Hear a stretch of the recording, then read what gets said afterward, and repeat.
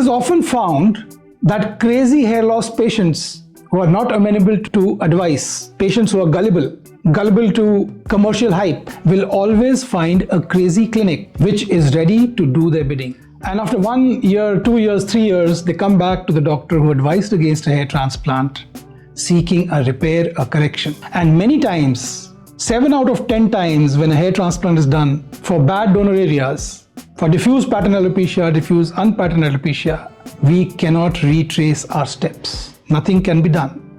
That is so unfortunate. You have burnt your bridges when your result could have been so much better. Now you will spend a lifetime trying to repair, trying to undo what has been done. So there is no easy way out in hair transplant if you are a borderline candidate for hair restoration surgery.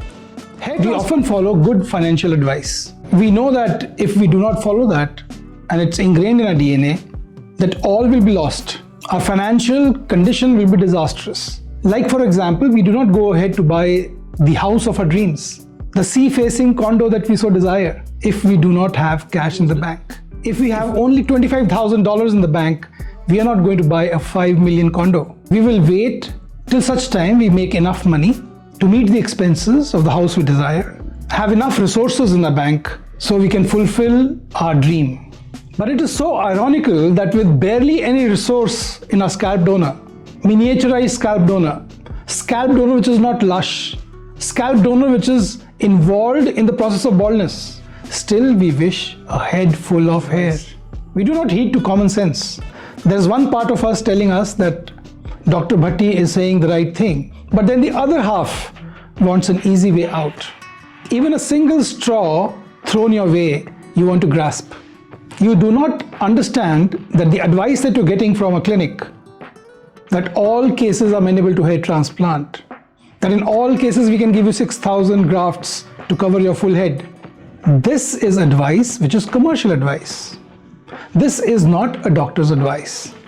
A hair transplant does not solve the basic problem that you have, the basic problem of baldness, which is genetically determined, that DHT will continue to ravage your thinning native hair as well as the transplanted hair with time, and that within 5 or 6 months, or at the most 1 to 2 years, you will come back to square one.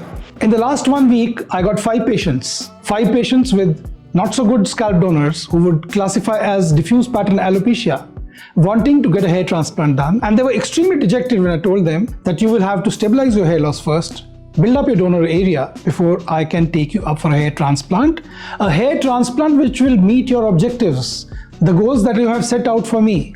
We will discuss these cases later with emphasis on one result of a diffuse pattern alopecia who got a good result after heeding good medical advice stated in the patient's favor. So hang on.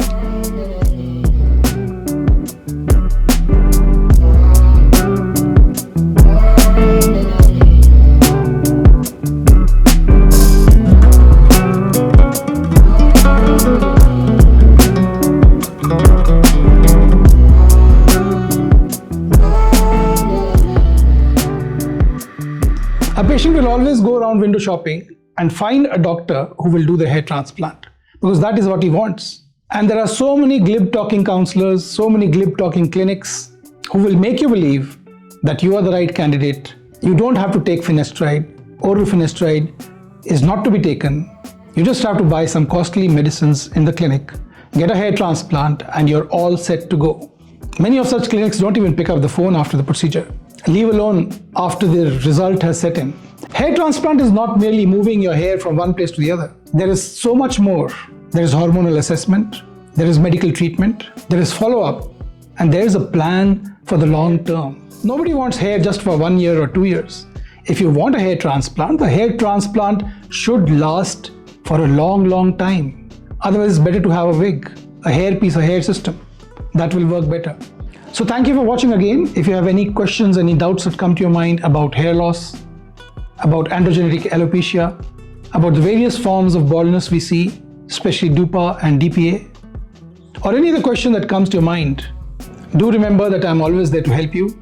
Just drop a comment in the comment section below or send me a WhatsApp message to my WhatsApp +91 That is the Indian code 981-453-1111. Thank you for watching. God bless you.